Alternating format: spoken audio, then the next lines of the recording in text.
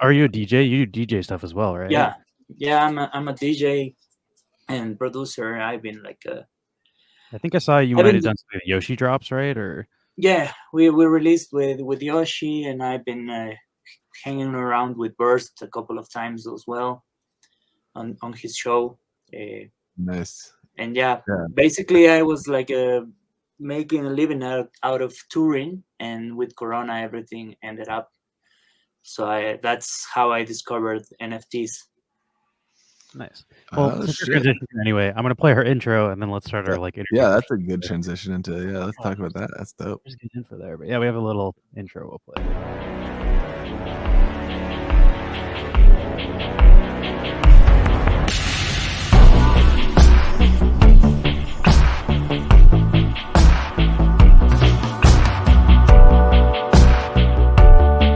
Got marbles in my mouth. That's what the marbles are right now. Does floor become just ground when you're outside? Zoom, dude. All I gotta say about that.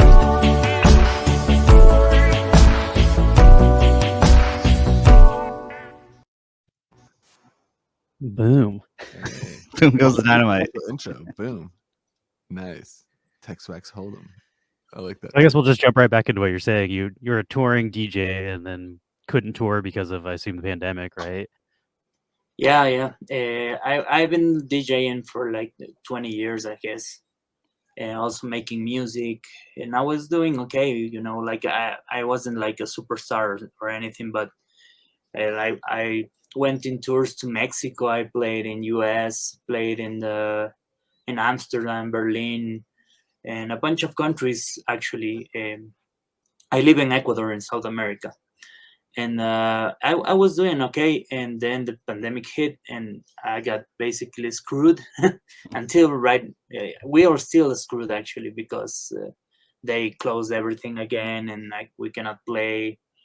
And then a friend of mine introduced me to crypto, and then eventually to NFTs. And then I said, like, okay, maybe this is like something cool that I can like do while we're locked down, right? Did you find NFTs on Wax first, or where did you find your first like NFTs? Was it? Well, actually, I guess like most people find their NFTs on Ethereum, right? Because it was like the big one. Everyone's talking about it and stuff. But actually, I kind of like I made a track and I released the NFT on Rarity, and then I kind of got discouraged because nothing happened with it, right? I didn't have like a following or whatever, and also the gas fees were really high, and so I was like, okay, this is not gonna work. But after that, I kind of realized that if you don't have something visual in your NFT, it doesn't matter if you make like the best track of all time. Most people won't notice it, right? So then I figured it out. I've been DJing and I've been playing my music and making events like 20 years. I know a bunch of really massive visual artists. So I came up with the idea of selling their stuff instead my stuff, and then I started also selling my music but with visual content as well. So that's the way how I got into the Galleria. So basically the idea is that most people in Ecuador have no idea about crypto. Most people think that it's a scam, like everyone's like, hey, but that's like a Ponzi scheme or whatever. And so I took that part because I was already like invested in crypto for like 3 months or something. I already knew how kind of like how everything rolls. And I told them like, okay, just send me your art. I will take care of all the crypto Ponzi stuff and I give you back money. So it was like a no-brainer for them, because they don't get crypto, they get the actual fiat that they can use for whatever they want. Yeah, and they don't have to learn all the blockchain stuff to be able to have a platform. It's also pretty low risk as far as like, I mean, the way I pitched when I was trying to tell the artists that I collaborate with in music to try to sell their stuff in the blockchain, I was like, look, you're making $0 off the blockchain right now. This is not going to interfere with what you're already doing. If you can find a new audience here, it's just extra money on top of whatever you're doing. Like, it's not going to hurt what you're doing. We're not taking the rights away from what you're doing in the other spaces, the physical mediums or Spotify or anything. It's like a different new thing. So it's like not that big of a risk to just have a new platform for your artwork. Yeah, and it was perfect for them, I guess. Like, if you think about it, it's like they already made the job. You know, they already made the designs and stuff. I was just selling what they already made. They didn't even have to put like time on it because everything was already done.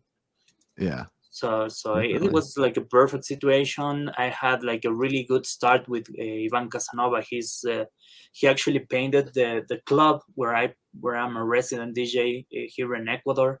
It's like the 25 top club in the world.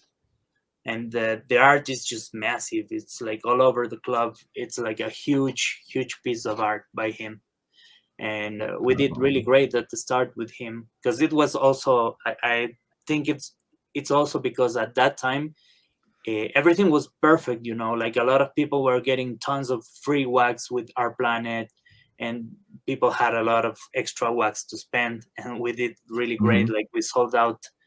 There was 3 rarities of packs, and 2 sold out like instantly, and the other one took some time, but it did really well as well. And when people saw that I had success with him, and they started like kind of trusting, you know, because in the beginning they didn't want to, like, a lot of them actually told me that they didn't want to do it. Just a few of them trusted me to do this. Yeah, so now you kind of prove the concept. So all that kind of, this is a scam, this isn't legit, at least is quelled a little bit.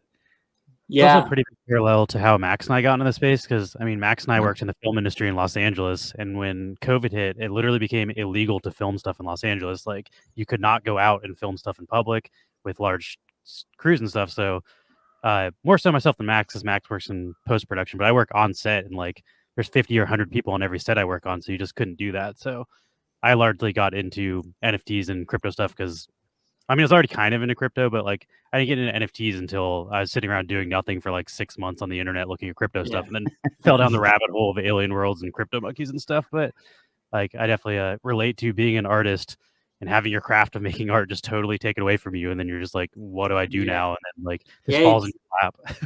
Yeah, it's insane, because like the other part that was what I was living for is like making events, and that's also like if I'm not booked for playing somewhere, I was making the events, and that's also gone, you know. So it was a tough time, but it's like I try to see the positive stuff. If I mean, I've made more in crypto with one track than 5 years of Spotify doing millions of plays, you know. I always tell this when I get like in an interview. My tracks in Spotify have like I don't know, like maybe 2 million plays, you know. That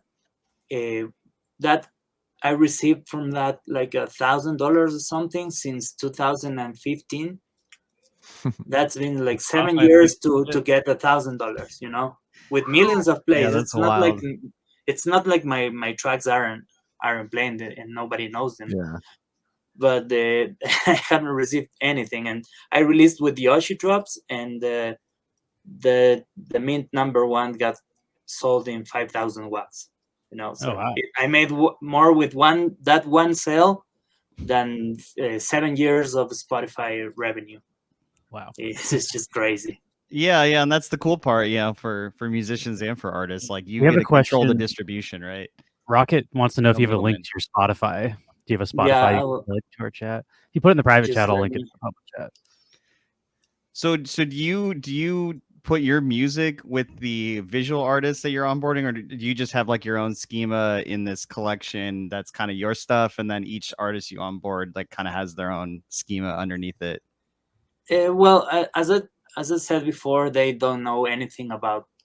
Most of them, they don't know anything about crypto. So in NFTs either. So what I usually do is they hand me over the original art, but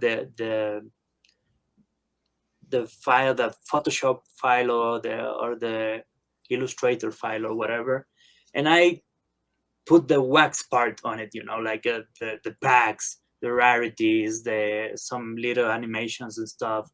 And I do that, and I release the collections. So I take care of everything that's like NFT related. They just hand me over the original like drawing, Like for instance, the original one for this one is just the guy over there.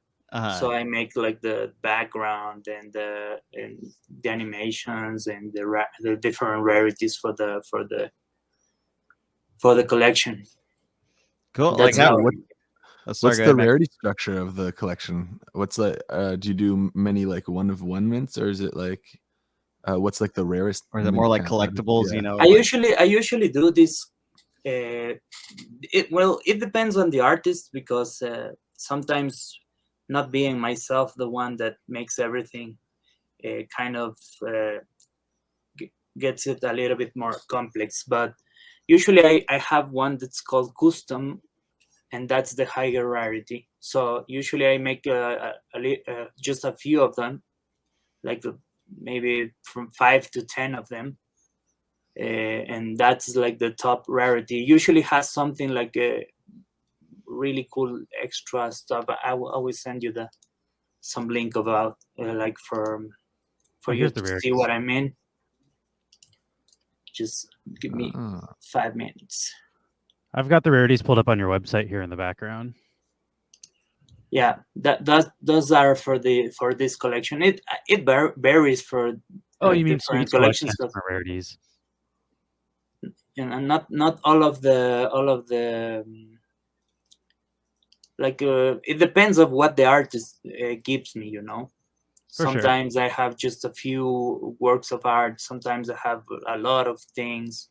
Like for the one that you like, the sweet pack, this guy handed me over like enough artworks to make 2 collections. So I still have another collection from him that I will release from his first things that he sent me. Oh. So this guy is like, what happened with this guy is it's amazing. Like this guy from Mococo, he's from Peru, and we released this, and I don't know, somebody spotted him, and he got hired for a project in Solana. I wasn't sure like how good it will be, like, but they paid him $10,000, and he made the art for Catalina Whale Mixer, which got sold out. So basically now he's like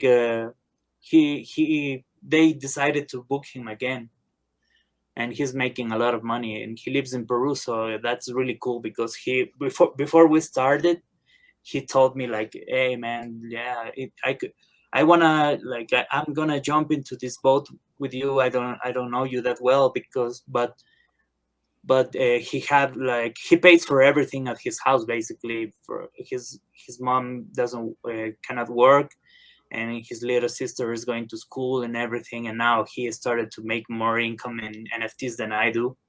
And now he can like pay for a bunch of stuff that he was like really struggling with, especially during the pandemic, like.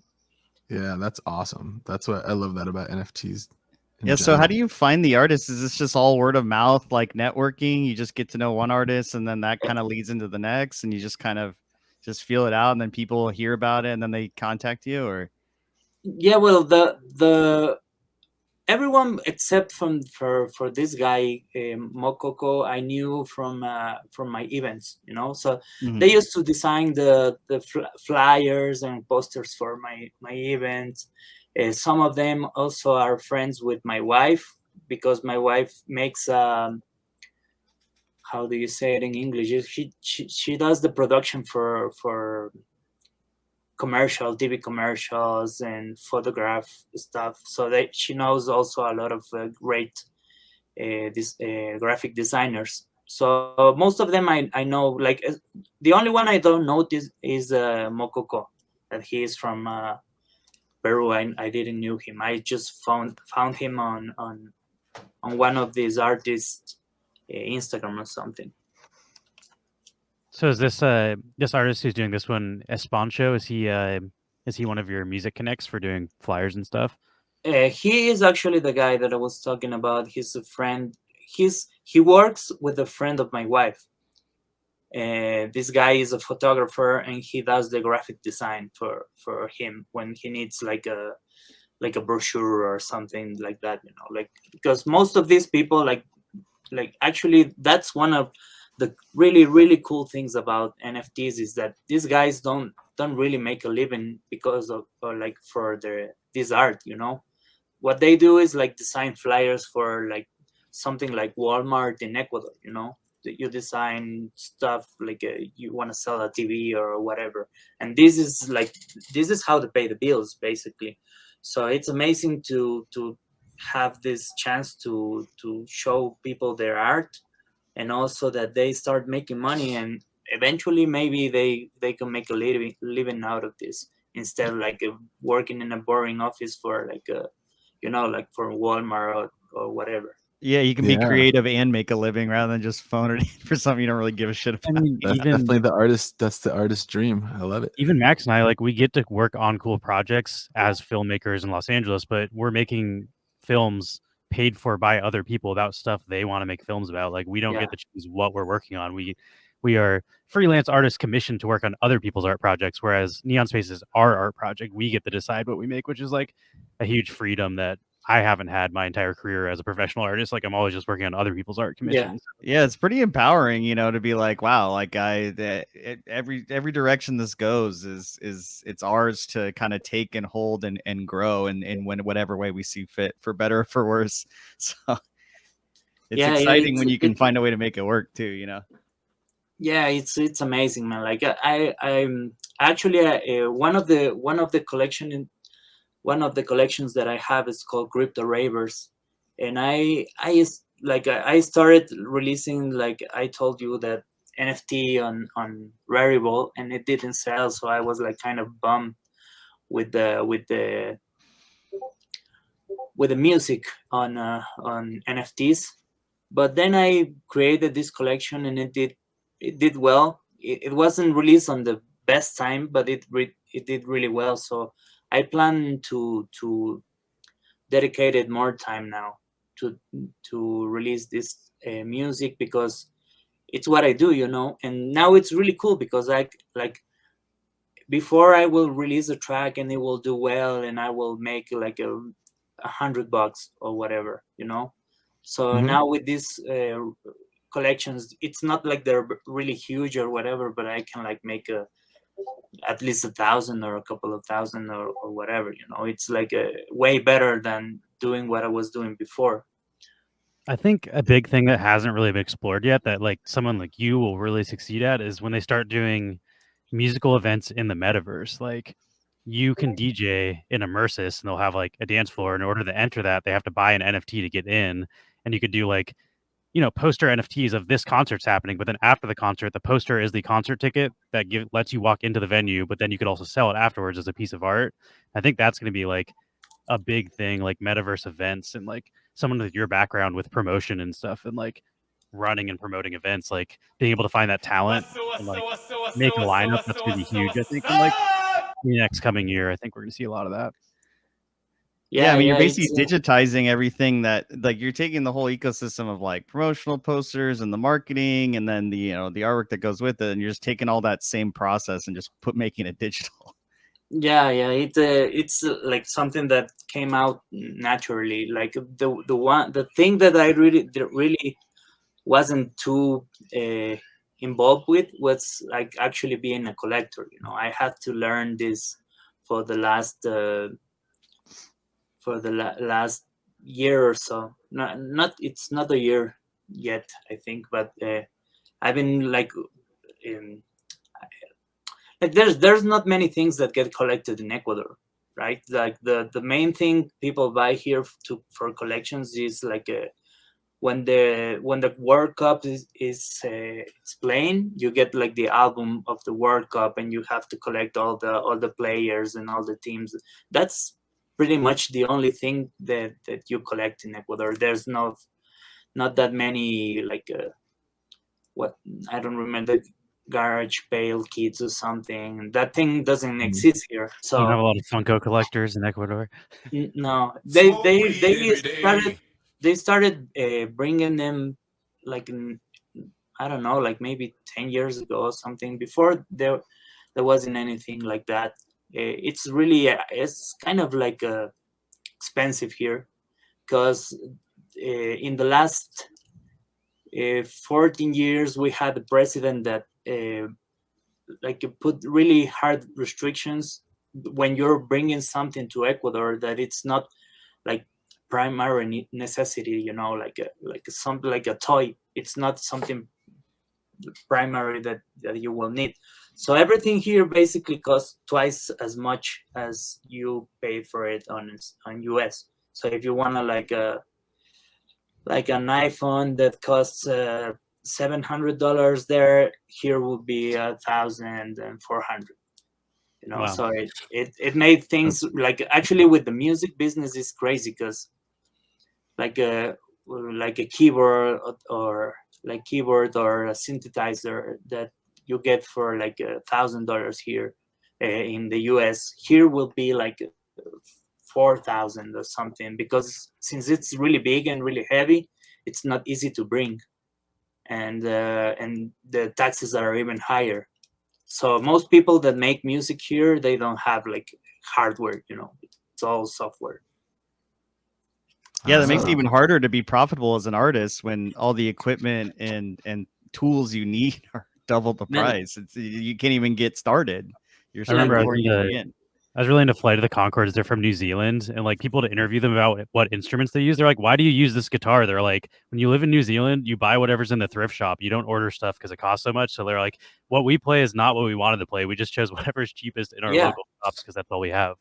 Yeah, for sure. But it comes with something like cool that you can achieve like a unique sound, you know, because you will get this like a weird lo-fi style or whatever, and it's funny because when you hear like the popular music in Ecuador, it's all made with the church keyboards, you know, like the organs from church, and it cool. Sounds like so shitty, but it gives it like a particular kind of sound, and that's it. It's because of that, you know, like getting hardware, it's really expensive, and like getting stuff from outside, it's expensive sometimes, depends of what it is, but for sure like collectibles and stuff, it's really expensive. And there's other things that simply don't catch people here. Like I never heard of garage bale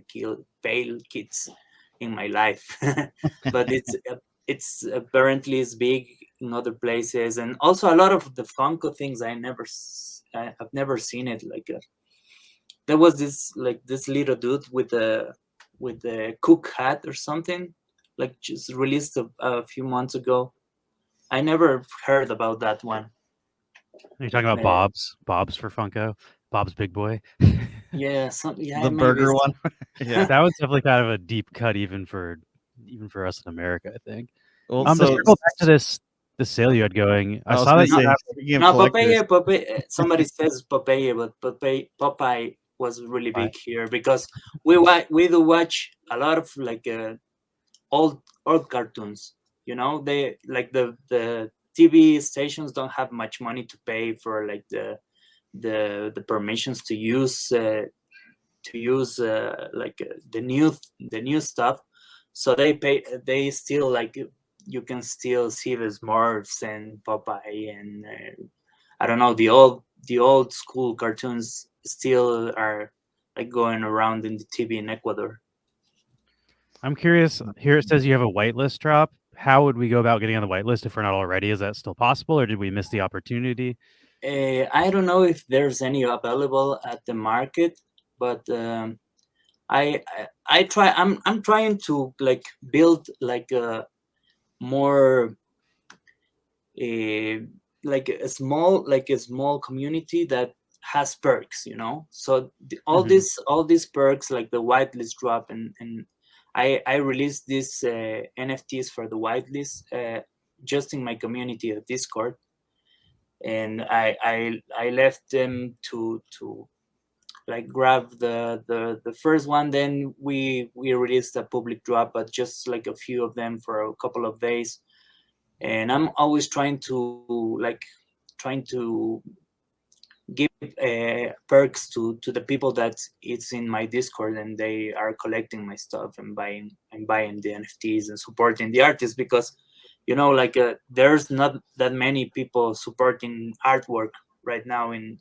If you don't have a game or like some staking utility of your NFTs, like some people just doesn't they don't buy it. Yeah, for sure. I'm trying to like the main thing on a lot of these blockchains now. So will 100% of the mints be available in the whitelist drop, or are there some set aside for the public drop? So like are there going to be separate ones, or is it if the whitelist doesn't sell out, then it goes public? The idea, I don't think I have enough people to sell out the project immediately. Like I'm just trying to let our audience know if they want to buy it. Should they go for the whitelist? Should they wait for the public drop, or like what's just the best way to buy this drop? The perk of the whitelist is that it's gonna. I think I just got this mistake on the side, but the perk of the whitelist is that you can buy it at 20 hours UTC, and the public drop is gonna be at 21. I kind of fucked up on the side. Wait, so the public drop is tomorrow, the 1st. So it's just 1 hour after the 1 hour. Okay, so it's not February 2nd. It's all February 1st tomorrow. The whitelist is 20 UTC, and then what doesn't sell in the whitelist goes to public at 21 UTC. Okay, cool. Yeah, and also like the thing is that people that have the whitelist, since they are gonna be able to buy first, they can get the lower mints, because they will be able to open the packs earlier, and I still haven't get enough Nefty to buy that pre-minted pack stuff. So it's like minted on demand. So basically, if you're first and you're like I don't know how to say it in English, but if you're like there, at first, the early bird gets the worm, is what we like to say. First come, first serve.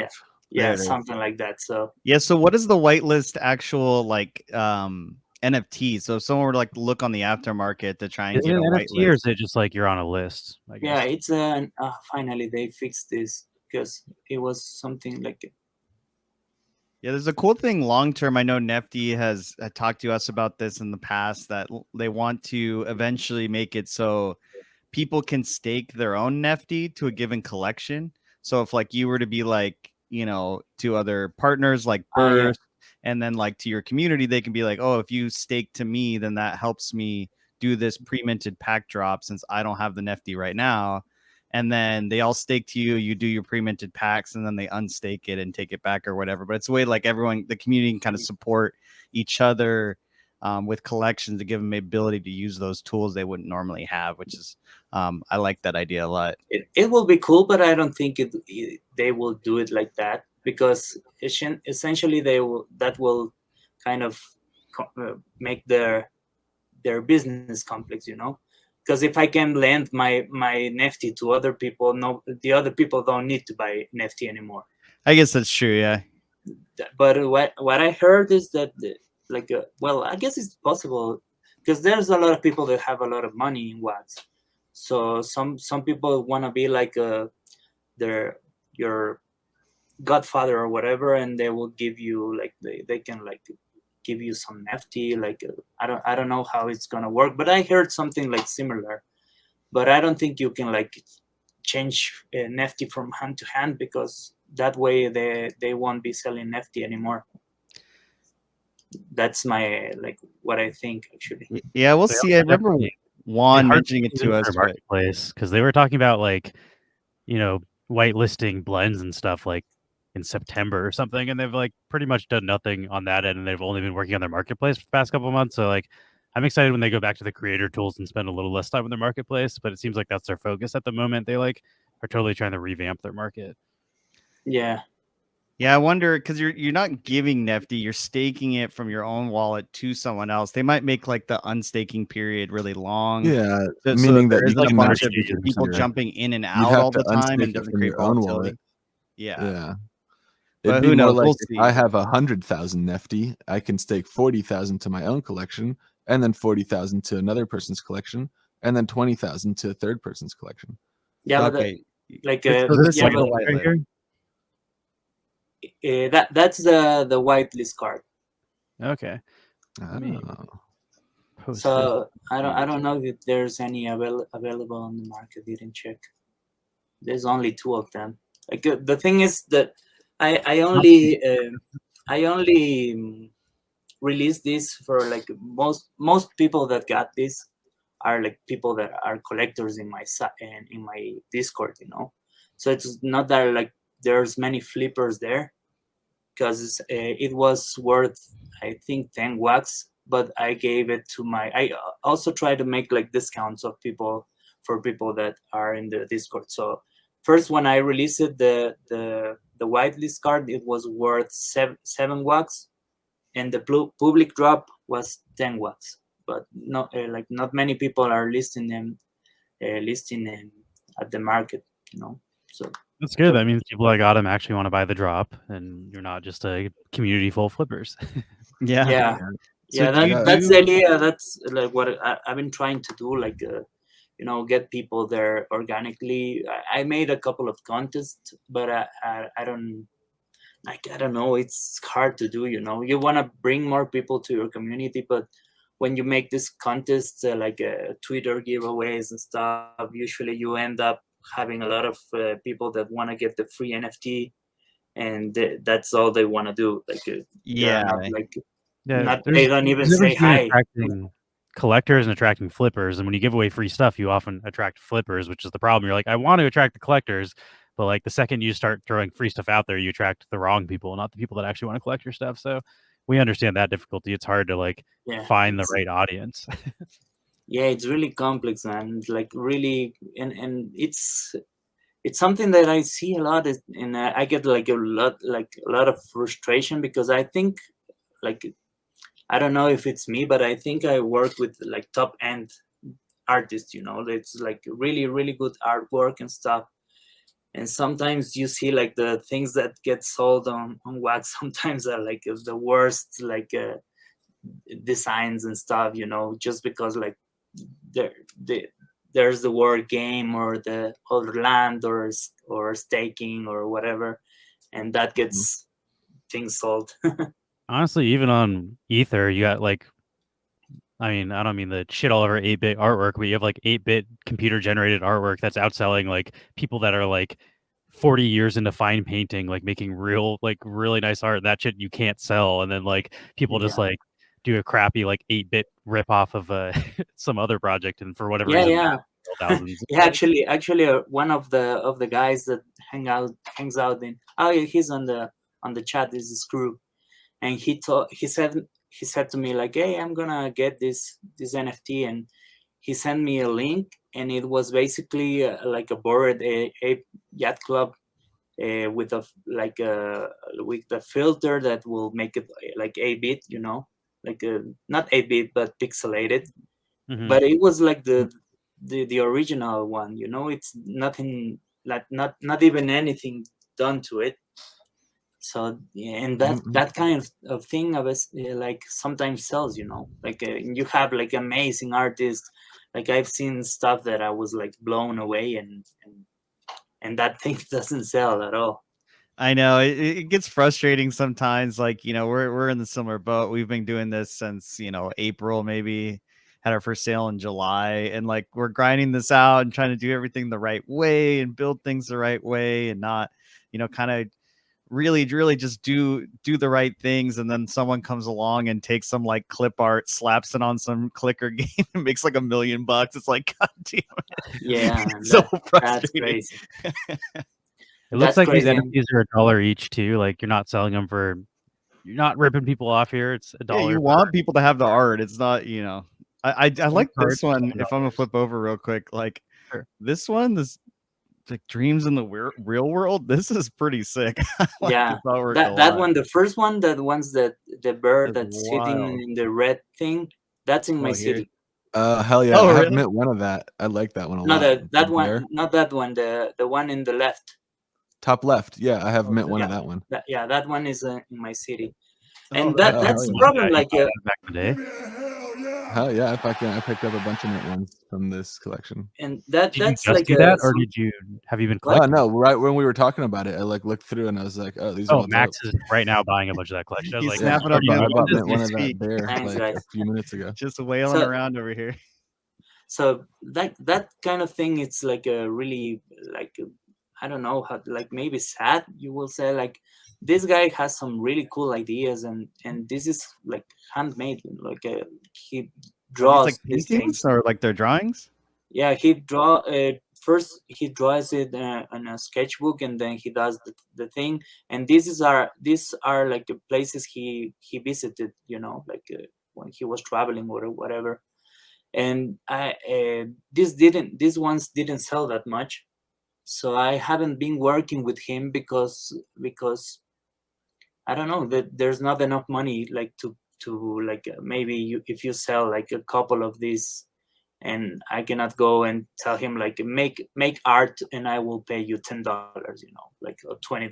That it's not worth it. So yeah, I had to stop with some of them.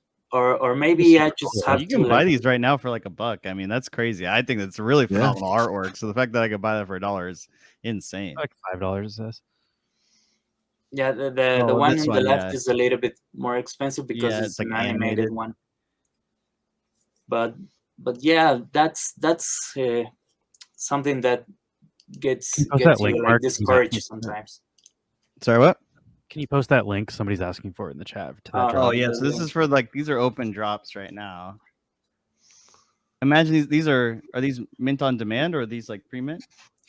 Those are mint on demand. Okay. Yeah, when I started those, I did a new NFT. I don't know if it existed, but they didn't have this pre-mint option yet, because those were like in the beginning. I actually created those drops like in blocks.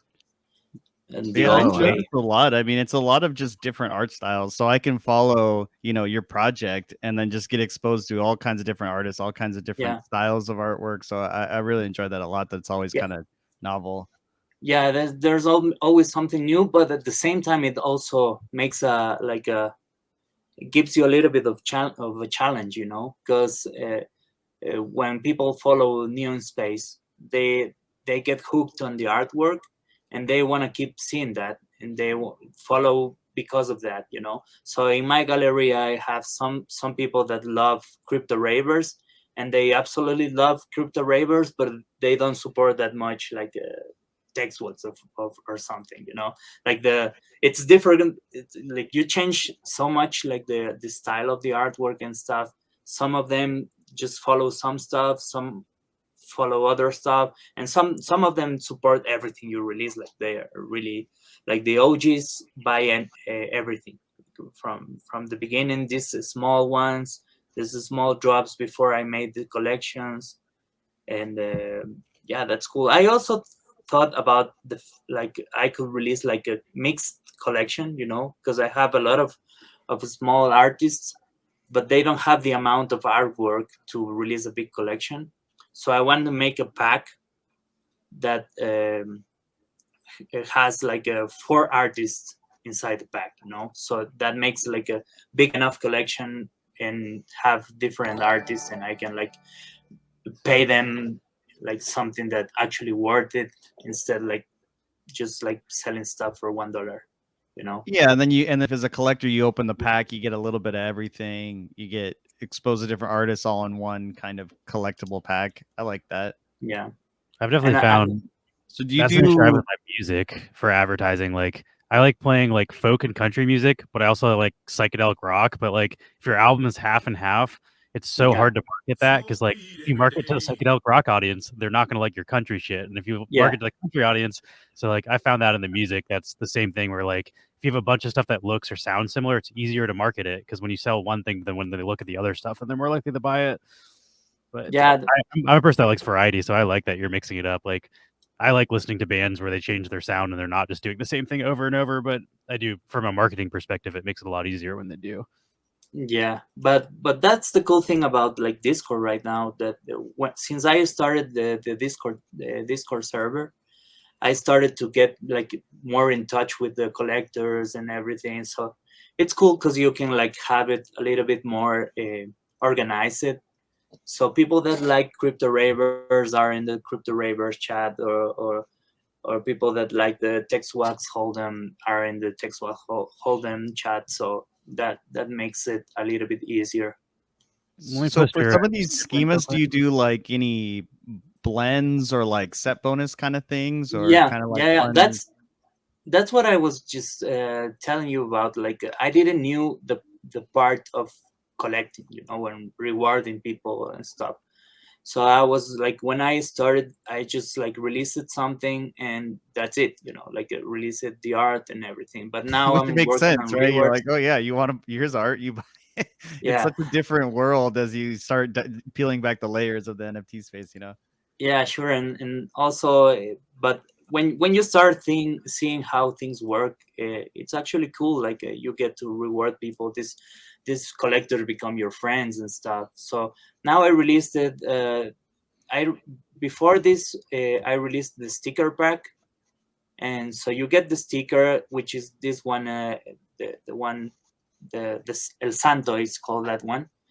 And in the packs, you're gonna get this blank, like a black and white cards, basically. So you can blend them together, and you get the OG design. This one's the one on the right will be like the original artwork that the artist sent me. And also there's gonna be this the one in the top, part, like the red one. That's not on the pack, so you can blend that one using the other ones. And also I did like something really cool. I want to make it, but I don't know how to send it over to you because it's like it's a video. We can play videos on this. You might even be able to yourself, if you click share and then video, you might be able to just pop it up. That maybe will be better, because it also might crash your browser, though. Sometimes it does that. So no, yeah, it happens. That happens a lot to me. I'm gonna see if I can share it. Like, can you copy a link from the Discord? Yeah, if you put links in the private chat, we can go to them. Yeah, I'm gonna check it. Set bonuses for gold and fire cards, and then the blends too. So that's sweet.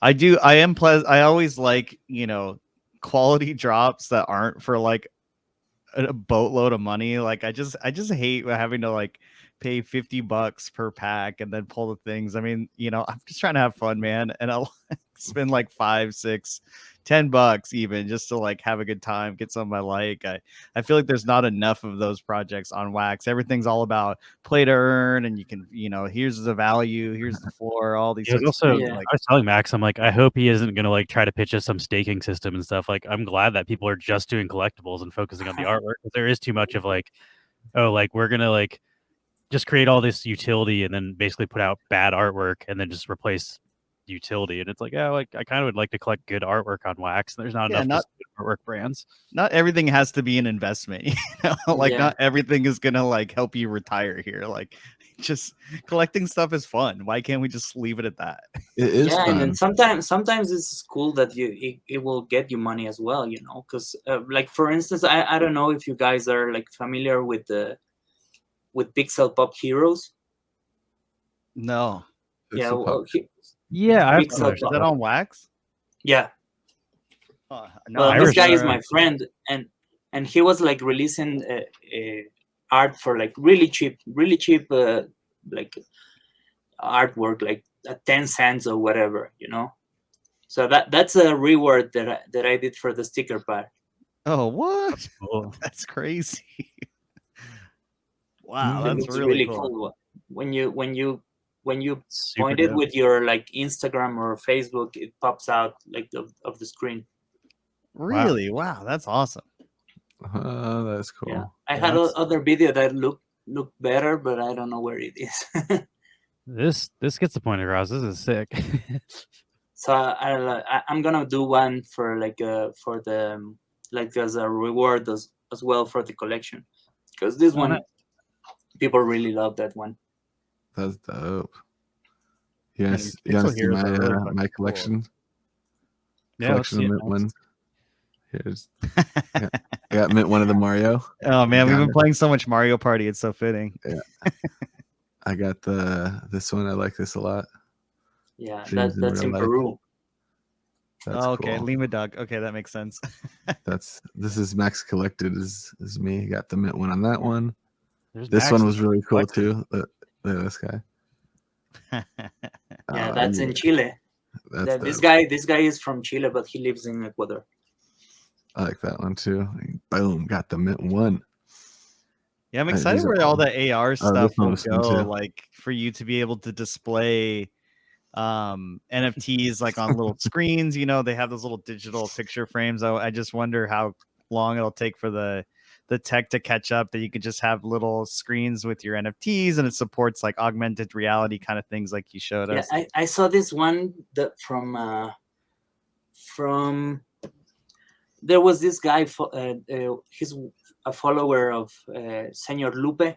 You know him? Yeah. Senor Lupe is great.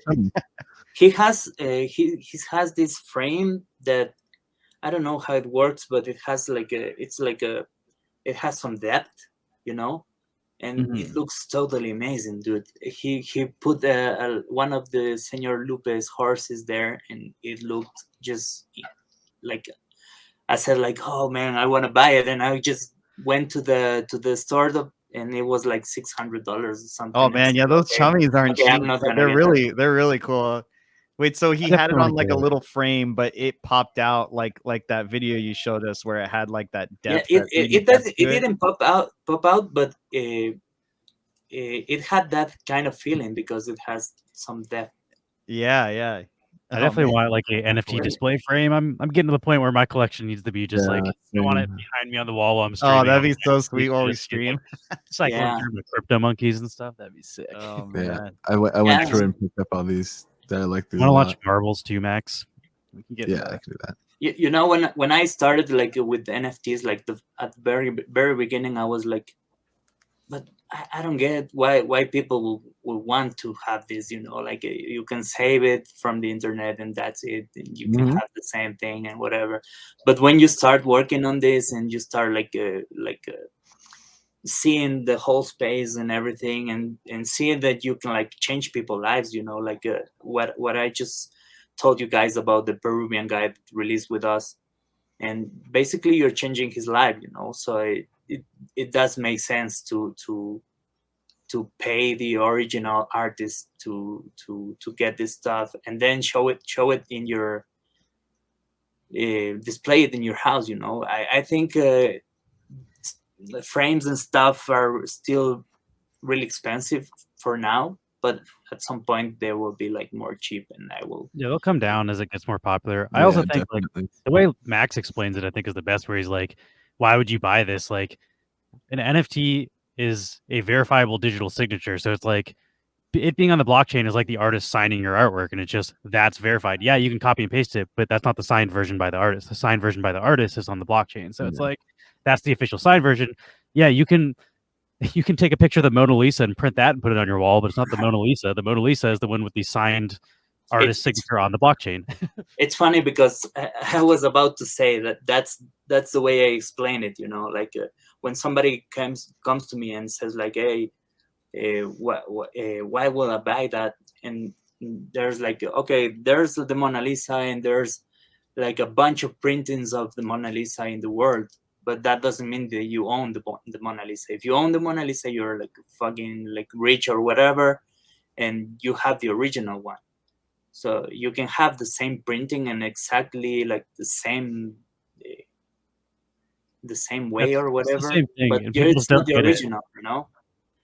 Yeah, it has a story to it as well. I mean, I think there's something to be said that like the NFT itself has a story, and that means something to you. I mean, particularly like getting to know these things, you know, in the NFT space, you get to talk and know and see the artists directly in these Discord channels or on streams or what have you. And you know that there isn't some middleman selling their shit for them. It's the artist selling it themselves. And so having that digital signature and that sense of ownership has meaning deeper than just what I'm looking at. Because I know when I own that in my NFT wallet, I know that I'm buying directly from this artist. I'm supporting this artist. I'm supporting their goals. I'm supporting them financially. I'm supporting them in trying to make a living off their artwork, and that has value to me as well. And now I have a blockchain signature. There's also history on the blockchain. I heard somebody say they're like, oh, like when you buy the Mona Lisa, you're not just buying the Mona Lisa, you're buying the fact that the rich people before you own the Mona Lisa, so you're getting part of their history. And that's all part of like buying fine art, is like where that art lived for the last 1,000 years or whatever. That is part of what's like the same thing on the blockchain. I can see what whales own the NFTs I bought before them, because that's all like, they're like, that doesn't exist in NFTs. I'm like, that does exist in NFTs. If you like, maybe you buy something from Van and it's more valuable to you because Van, one of the biggest whales on wax, owned it before you, like, and that's part of the history. Or like you bought something secondary from like Mark Cuban or something. Like, you can see that, like, this is Mark Cuban's. Like, I mean, like recently we saw this this Bored Ape that Eminem bought, and imagine if you buy that one after Eminem, you can say like, hey, I own this, that was Eminem's monkey or whatever. So exactly. It will have more value for the fact that Eminem owned it before you did. Okay, I'm gonna really quickly. We have a Marble intro video. It's gonna cut us off from talking for like 10 seconds, but this is the audio cue for people to join our giveaway. Let's get ready to rumble!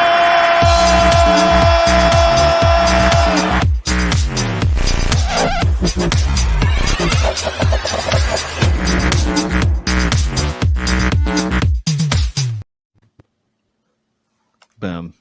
Exclamation point play! Exclamation point play! You want to choose prizes?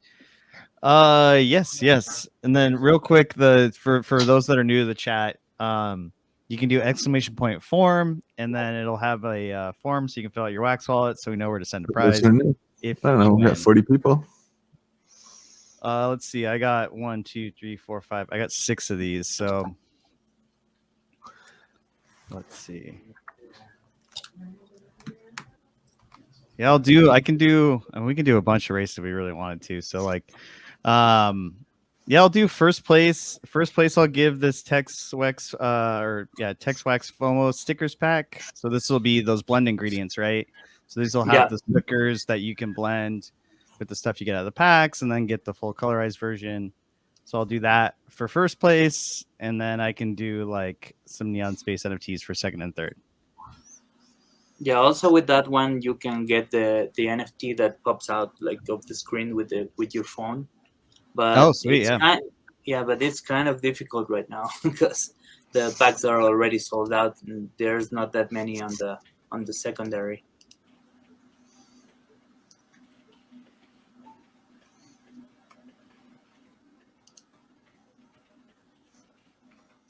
Yeah, so second and third, we have some Neon Space collaboration we did with Tales of the Crypto a couple months ago. So we have some 1-card packs for that as well. So top 3 get stuff. Let's see.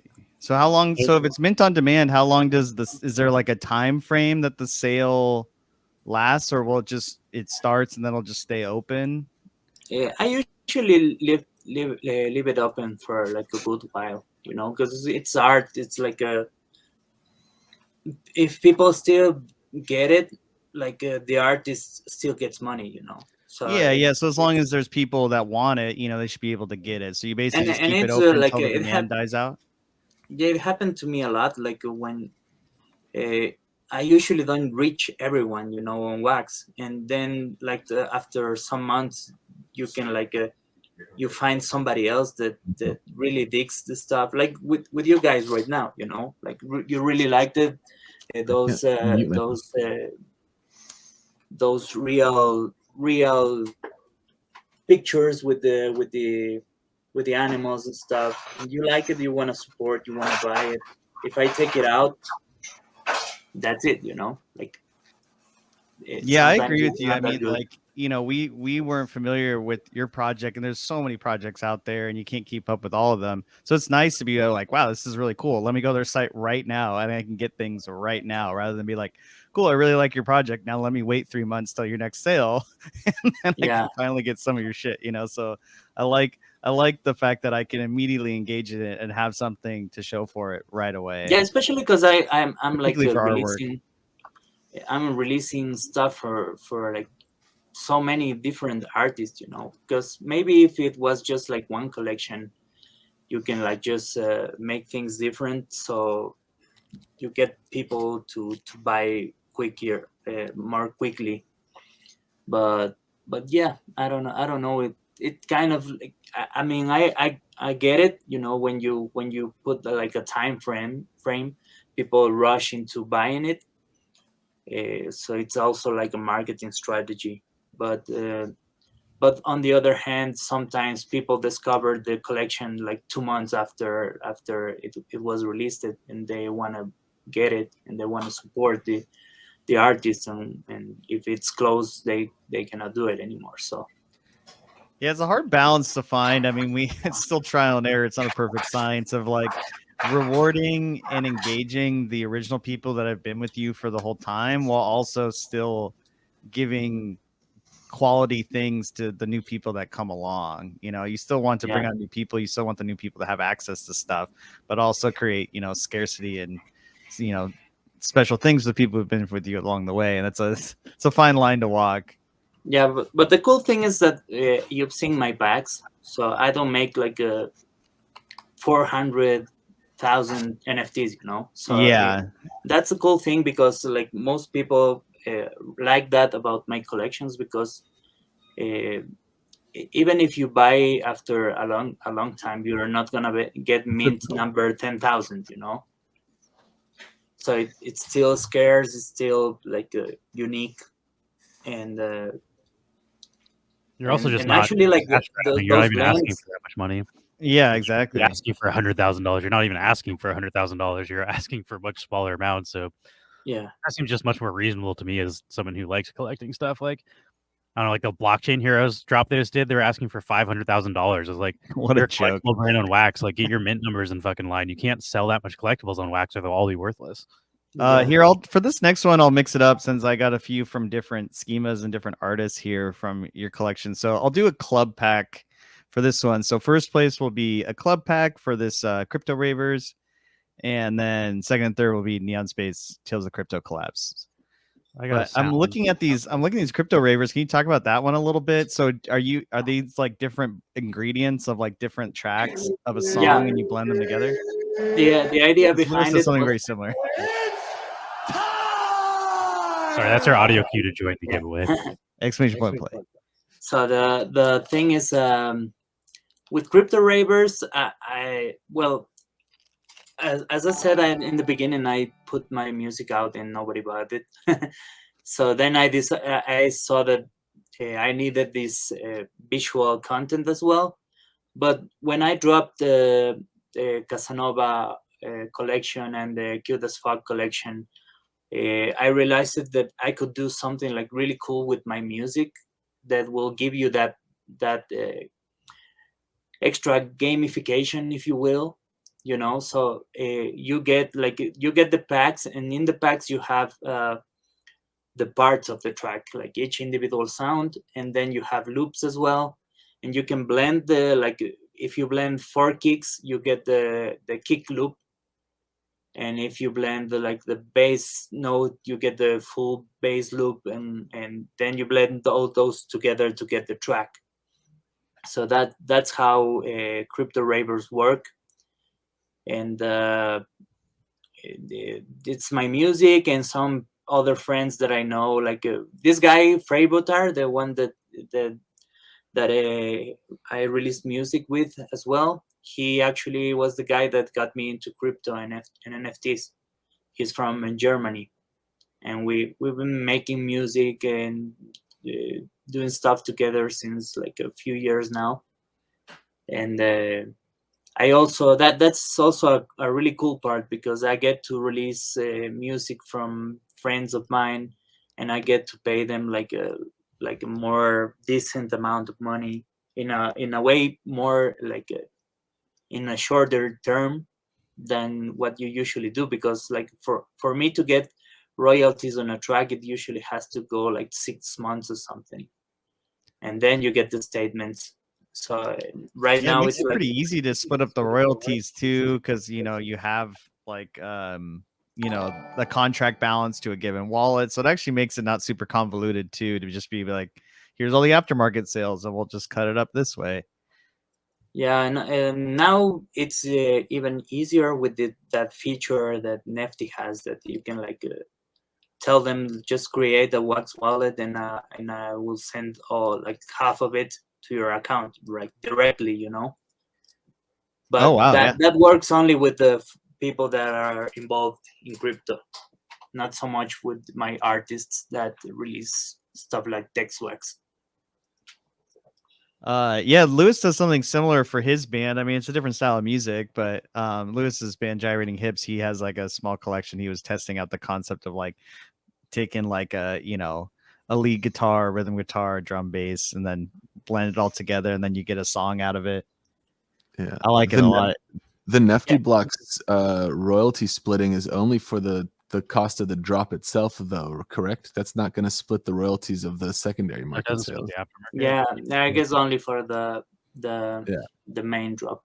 King Champ said they could build a tool that tracks that, though. If you are interested in trying to track the aftermarket of specific assets, the Chain Champs team, which they're like a new marketplace like Atomic Hub, they're building tools to track that sort of stuff for creators. Yeah, that would be really great. I actually asked the guys of Nefty before to do something like this, but they didn't. Like most people don't need that, because you're the artist, you get the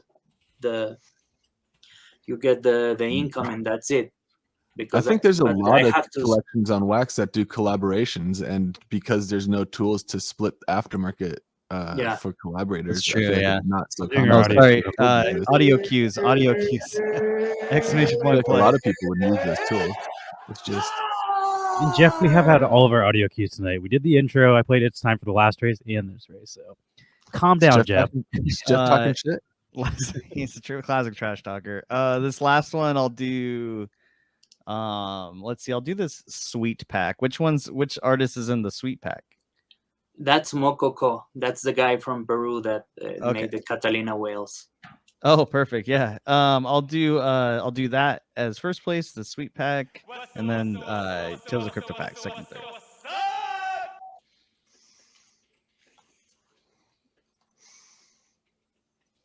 I'm pissed now. Soundboard's chiming in. The audience has spoken. I think it's some of our Marvel music done too. No, we should not be playing Rex Orange County.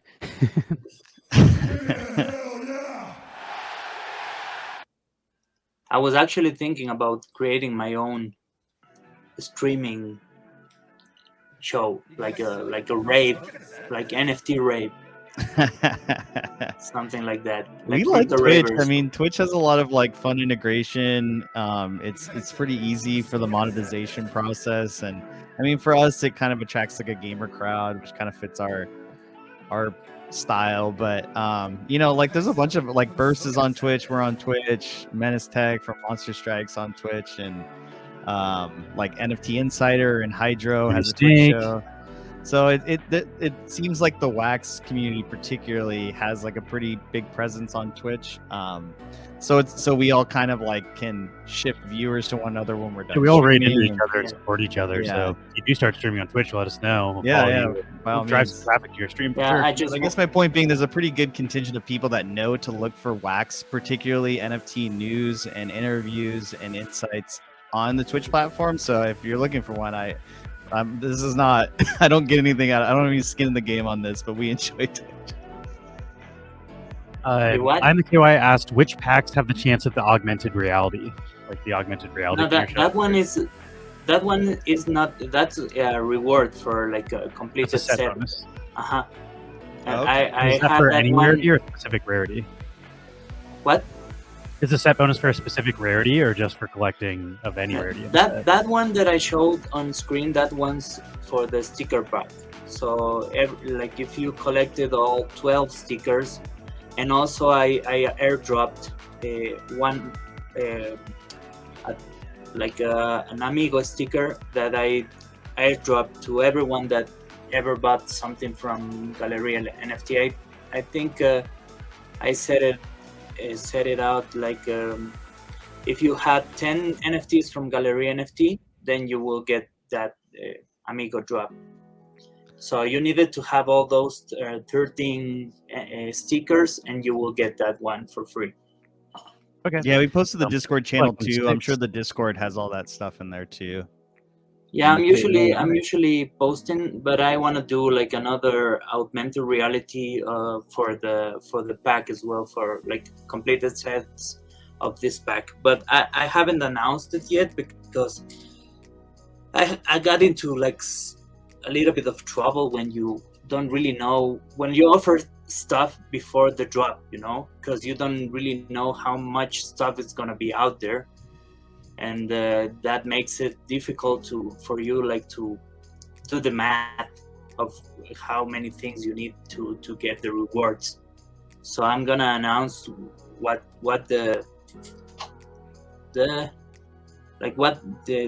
you need to have to get these augmented reality ones when the actual drop comes out.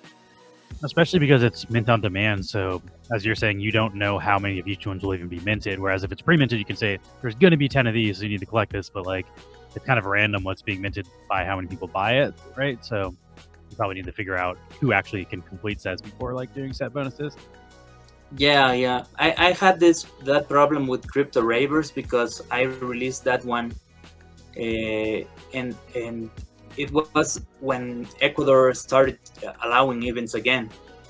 So I released it, and I had a couple of weeks of touring, and I couldn't like promote it that well, and it started really slow, you know. So I offered some stuff that I couldn't like deliver because there wasn't enough NFTs out there to for people to have the things that I asked for, you know. So I had to like rethink everything to resend the rewards with a lower entry point, you know, because it started really slow. Then it picked it up, but it didn't sell like as much as I expected. So I had to like redo the whole how do you say, like the whole things you need, the requisites, like the requirements or something. Yeah, ingredients or whatever. Yeah. So I had to lower that threshold because it was too hard for people to. Yeah, and you just don't know what people are going to pull out of packs too, you know. So like with the mint on demand, you just don't know what's going to be out there. Yeah, for instance, right now with the stickers, like the odds would like really even, and for some reason I don't know what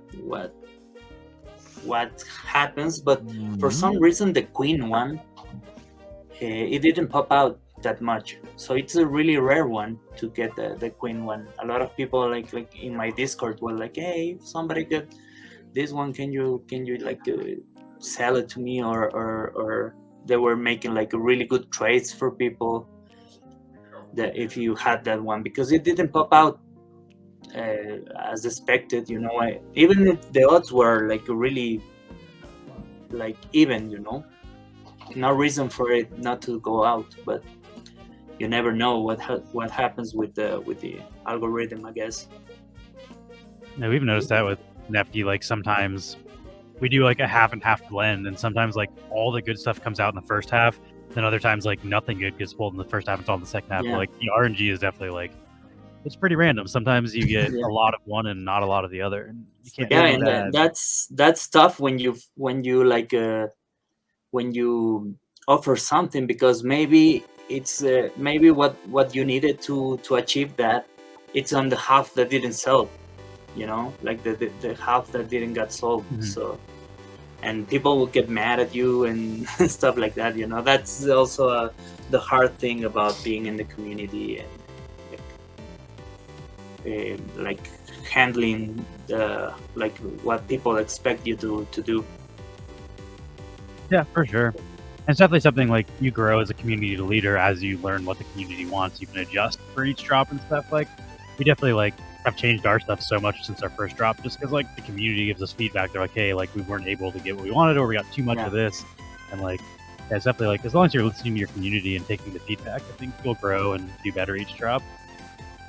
Yeah, that happened with the crypto Ravers thing a lot. Like some guys say like, hey man, I'm making these like blends, but this one is almost impossible to get, and I realized that I had like harder odds for that one, so I created like a blend that would make it easier for people to get that one, so yeah, when you hear people, like you can adjust stuff and like still deliver stuff for all your community members. I think we're getting pretty close to wrapping this up. We've kept you for like an hour and 15 minutes. Thank you so much for your time. Do you have any like closing words, any last things you want to promote or plug before we end this? Well, thanks guys for having me over. Like it's been like really entertaining. I didn't realize it was like 1 hour and a quarter almost. Well, but it was cool, man. Like talking with you guys and like a bunch of stuff. Like really glad I jumped in, and nothing like just tell people to support these kind of collections like yours and like mine. Like we're people like grinding and making stuff work and like listening to people.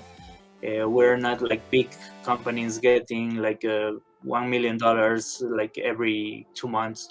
Like it's hardworking people here, and you're like basically changing people's lives. I know these guys that work with me are like so like happy. They haven't sold their actual artworks for nothing, and then suddenly they start to get an income out of it, and that's really cool. So yeah, that's that. Awesome. And the sales tomorrow. If you have any other drops coming up, like let us know and we can have you back on the show for any future updates, or if you have any new music stuff to plug. Like it was great having you on. And Mark, do you want to plug the sale one more time? Oh yeah, sorry. Tomorrow, February 1st, 20 UTC is the whitelist, 21 UTC is the public sale. Yeah, and we can post the Nefty link real quick. Yeah, I'll probably be or just like a public sale. The text ones, the text wax link. That one will like I didn't give you guys that one. Like I have the drop page, just the collection page on Nefty. NeftyBlocks.com/c/textwax. Hold on. Because I have a bunch of collections. And then, yeah, the Discord. If you want to learn about the other collections, Discord's the best place because it sounds like you have like a category for each collections within the Galleria Discord. So that's kind of the hub. Yeah, and the one, well, like something like really cool about my collection is that as you heard before, I don't have any job right now. I don't have gigs. I don't have any tours right now. So I spend a lot of time like in the space, and I get to like answer people really quickly usually. So yeah, if you jump around the Discord, you'll get answered to whatever you're looking for.